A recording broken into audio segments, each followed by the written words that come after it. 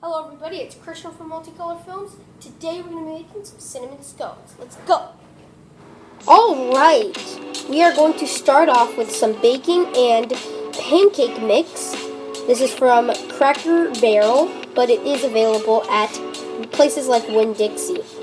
We're just going to do 3 cups of that mixture, and after that we pour it into a sifter and sift it up, and this just gives the flour and baking powder mixture this delicious, airy and fluffy texture. And basically what the sifter is doing is it's actually putting air bubbles into the dough that we're about to make. So now let's add 1/4 of a cup of white cane sugar.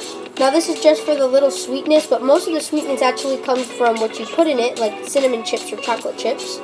Today we will be putting cinnamon chips. Now for the wet ingredients, we add 1/2 cup, or essentially 1 little tub of vanilla yogurt, 1/3 of a cup of almond milk, and about a teaspoon of vanilla extract for a little flavor, and then a tablespoon of cinnamon, just ground cinnamon for some great flavor. Got that dust right there.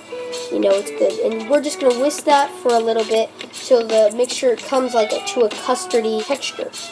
So make a little ditch into the middle of your dry ingredients and add the wet ingredients right into there. And this is where the dough starts to come together. Now this is a very annoying and hard dough to work with, so have patience. Now we're going to add a half of the bag of cinnamon chips. Now this is only available that we've seen at Winn-Dixie. We have a Winn-Dixie near us, so we always get cinnamon chips there. Publix doesn't have it, neither does Target or Walmart, so always Winn-Dixie. Count on them. Sometimes you need a little bit more liquid in the dough just to make it work. But yeah, it is very sticky, and you're definitely going to need a lot of flour when coming into kneading this up. And a few cinnamon chips for me. They are irresistible and delicious in these scones.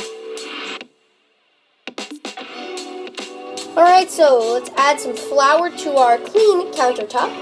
And the flour is just going to help the dough not stick to the countertop, which is going to help. And also flour your hands, because your hands are going to get in there to knead this dough for a couple minutes.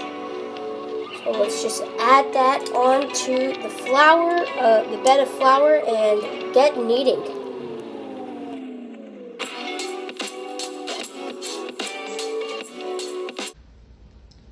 Okay, so now that we have all the dough onto and out of the bowl and onto our floured countertop, we're just going to knead it around for about 2 to 3 minutes, and then when it's all ready, you just kind of push it down into a circle so that we can get nice triangular pieces of dough, because that is the best way, in my opinion, to make the scones, in triangles. And it's the most original way, as scones are these tea biscuits from Britain. So the English people back in the day, and still now, eat scones.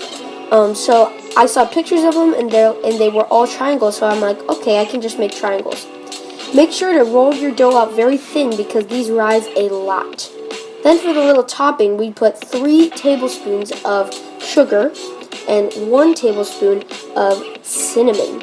So a ratio of 3 to 1 with sugar and cinnamon. Just mix that up and you should get a nice dark color. But this is exactly what we need, as we're just going to sprinkle it to get a nice little crystallization on top of these scones and a little bit of a crispy finish.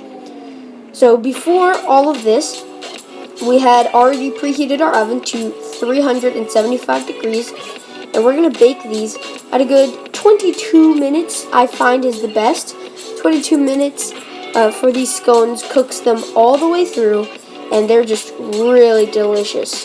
So you can see the scones partially rising in this little time lapse right here, but yeah, they just rise so much, so try not to make your dough too thick, unless you're just going to get huge scones. So here they come out of the oven. Look at those.